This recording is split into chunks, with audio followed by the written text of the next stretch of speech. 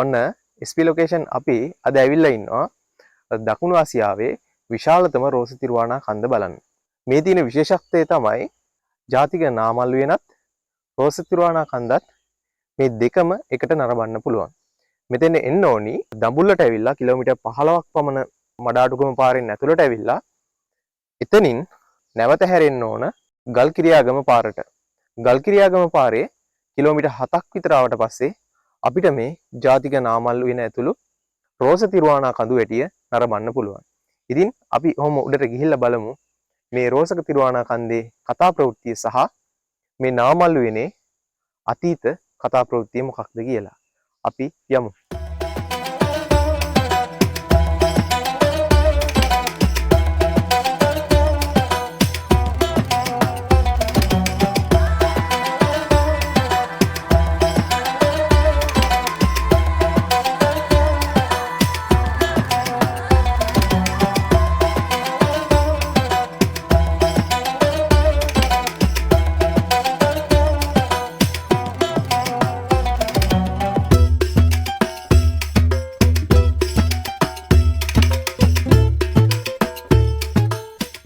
විශාලත්වය අතින් නාමල් වෙන අක්කර 260ක පමණ වපසරියක ව්‍යාප්ත වෙලා තියෙනවා. අපි දැන් මේ බලන්න යන රෝස තිරුවානා කන්ද සාමාන්‍ය වසර මිලියන 550ක පමණ අතීතයක් තිබෙනවා. නාමල් උයන නිර්මාණය වෙන්නේ දේවානම්පියතිස්ස රජ සමයේදී. දේවානම්පියතිස්ස රජ සමයේදී මෙම ස්ථානය පුනරුත්ථාපන මධ්‍යස්ථානයක් ලෙස තමයි පවත්වාගෙන ගිහිල්ලා තියෙන්නේ. විවිධ වැරදි වලට හසු වුණු පුද්ගලයන් මෙම ස්ථානයේ පුනරුත්ථාපනය කරලා තියෙනවා. ඔවුන් යොදාගෙන තමා මේ ස්ථානයේ නාමල් වගාව සිදු කරලා තියෙන්නේ. අද වෙනකොට නාගස් ඇතුළු විශාල වෘක්ෂලතාව රාශියක් මෙම භූමියේ දැක ගන්න පුළුවන්.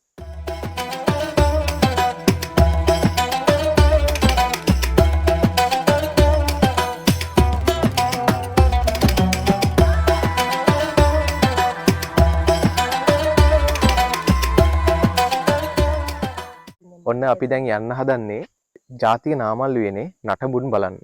දැන් මෙතනින් ඉස්සරහට තියෙන්නේ මේ නාමල් වෙනේ තියෙන නටබුන් සහ පෞරාණික වශයෙන් වැදගත් වෙන දේවල්.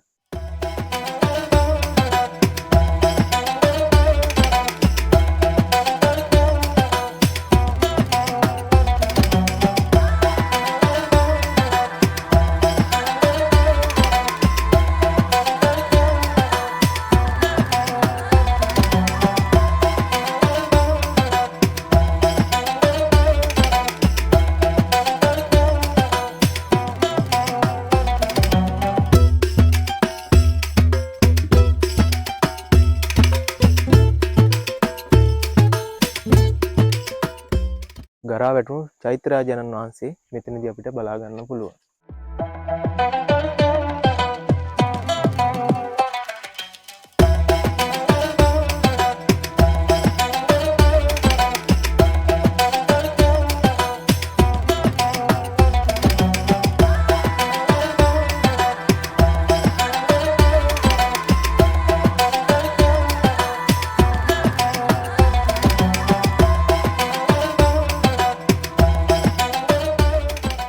ජාතික නාමල් වෙන බලන්න එන කෙනෙක්ට මෙම ස්ථානයේ පිහිටලා තියෙන්නේ සීගිරිය දඹුල් රජ මහා විහාරය සහ ඉබ්බන් කටුව සොහොන්බිම් කියන මේ අතරමැද කලාපේ මේ ස්ථානයන්ට සමීපව තමයි මේ නාමල් වෙනත් පිහිටලා තියෙන්නේ.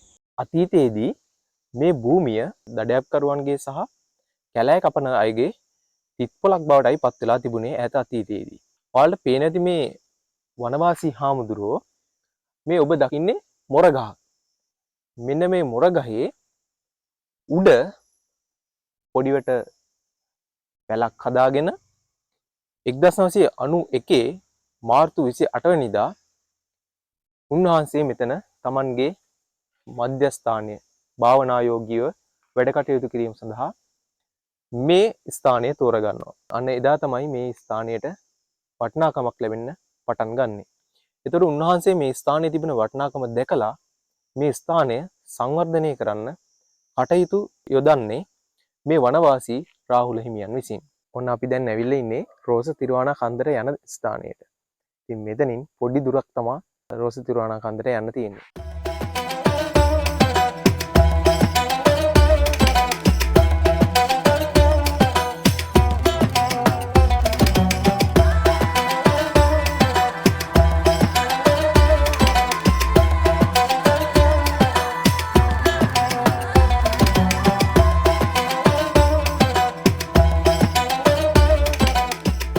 මං ඔයාලට පෙන්වන්නද ලස්සන පවුලක්.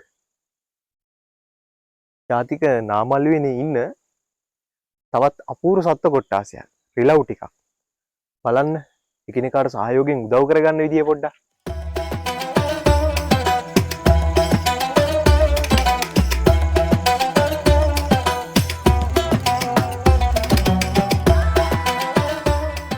නාමල්ලුවන ඇත්තටම හරිම සුන්දර ස්ථානයක්. විශාල ගස්වලින් රූස්ස ගස්වලින් වටවුණු ලස්සන පරිසරයකට උරුමකම් කියන මේ ජාතික නාමල් උයන දකුණු ආසියාවේ තියෙන විශාලතම නාමල් උයන. හරිම සිසිලසක් හරිම නැවුම් වාතාශ්‍රයක් ඇඟට ගතට දැනෙන තැනක් තමයි නාමල් උයන කියලා කියන්නේ.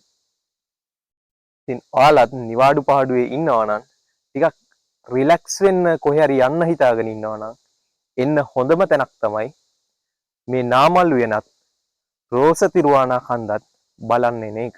වාහනවල එන කෙනෙක් නම් වාහනේ පාක් කරලා ටිකට් එකක් අරගෙන පොඩි දුරක් ඇවිදගෙන එන්න ඕනි පයින්.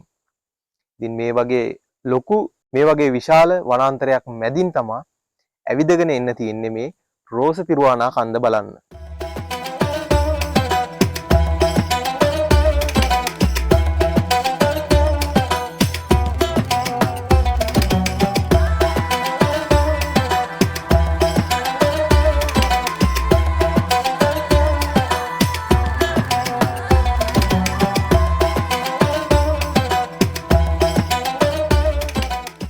ඔන්න අපි දැන් ඇවිල්ලා ඉන්නේ රෝස තිරුවානා කන්දට.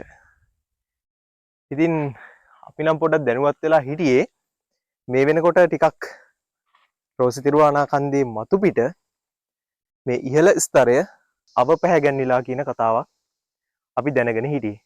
ඇත්තටම අපිට බැලුවම පේනවා කලින් හරි දීප්තිමත් රෝස පාටක් තිරුවානා ගලේ අපිට දක්නට ලැබුණේ.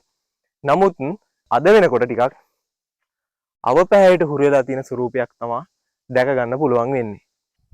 විවිධ පරීක්ෂකයන් කියලා තියෙන මේ ස්ථානය පිළිබඳව විවිධ පරීක්ෂණයන් කරලා ඒ පරීක්ෂණයන් පිළිබඳව වාර්තා වලින් කියවිලා තිබෙන්නේ මේ මතු පිට ස්වරූපයේ අද වෙනකොට මේ විවිධ ස්වභාවික හේතුන් නිසා කියන්නේ හිරු එළිය වගේ තත්ත්වයන් හේතුවෙන් අවපැහැ ගැන්නුණත් අභ්‍යන්තරය තවමත් රෝස පැහැයෙන් යුක්ත කලාපයක් කියලා ඔවුන් පරීක්ෂණ වලින් කියලා තියෙනවා.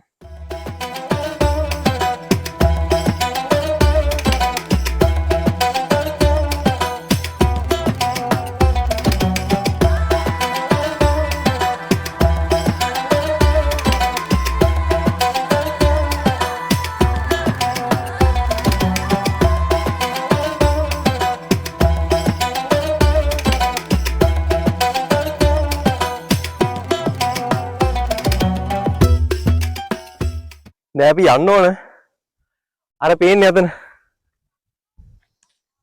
බුදු පිළිමයක් තියෙනවා. ඔය බුදු පිළිමේ රෝස පැහැයට හුරු බුදු පිළිමයක් කියලා තමයි කියන්නේ. මේ මුදුනට යමු. දැන් නම් ටිකක් විතර මහන්සි. අපි දැන් මෙතෙන්ට එන්න කොහොම හරි පයින් ආවා කිලෝමීටර් දෙකකට වැඩිනේ. කිලෝමීටර් දෙකමාරක් වගේ පයින් ආවා. පොඩි මහන්සියක් තියෙන අතර මේක දැන් අපිට තියෙන කන්දක් මේ තිරුවානා කන්දේ ඉහළට යන්න තමයි තියෙන්නේ. බය වෙන්න එපා, එන කෙනෙක්ට එන්න පුළුවන්. බය නැතුව එන්න, පොඩි අය එනවා. ප්‍රශ්නයක් නැහැ. එන්න පුළුවන් ඇවිල්ලා. යන්න එන්න නිවාඩු දවසක.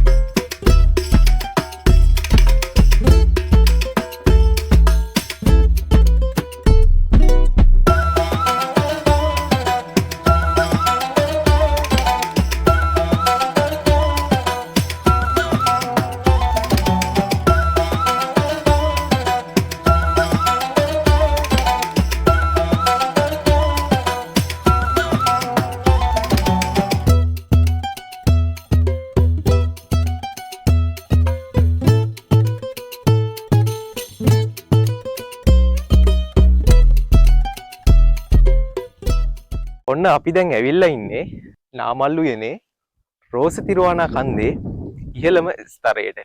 කන්ද මුදුනට අපි දැන් ඇවිල්ලා ඉන්නේ. රෝස තිරුවානා කන්ද ගැන කියනකොට මේ කන්ද මුහුදු මට්ටමේ සිට මීටර 180ත් මීටර් 300ක් පමණ උසින් තමයි පිහිටලා තියෙන්නේ. මේ කඳු පන්ති 7ක් අපිට දැක ගන්න පුළුවන් නාමල්ලුවනට එන කෙනෙකුට.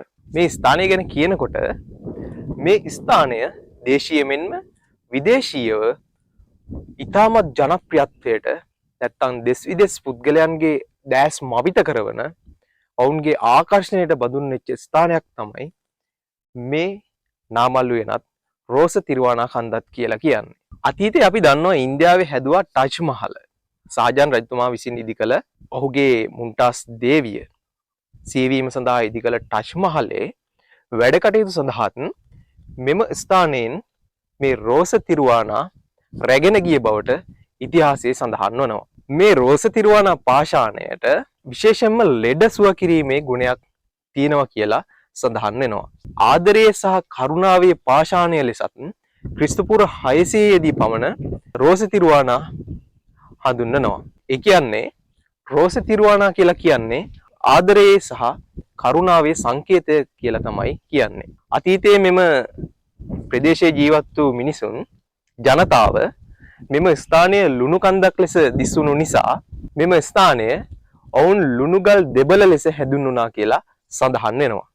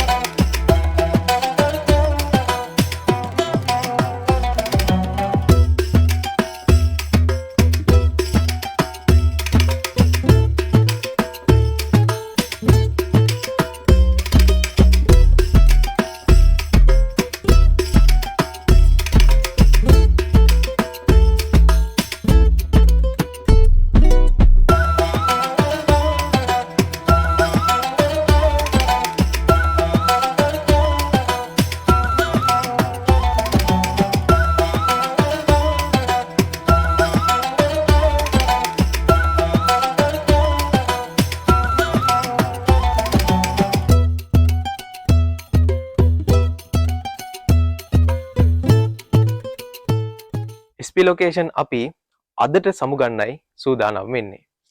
ඉතින් මේ වගේම ලස්සන තවත් නිර්මාණයකින් අපි ඉදිරියේදී මුණ ගැසෙමු.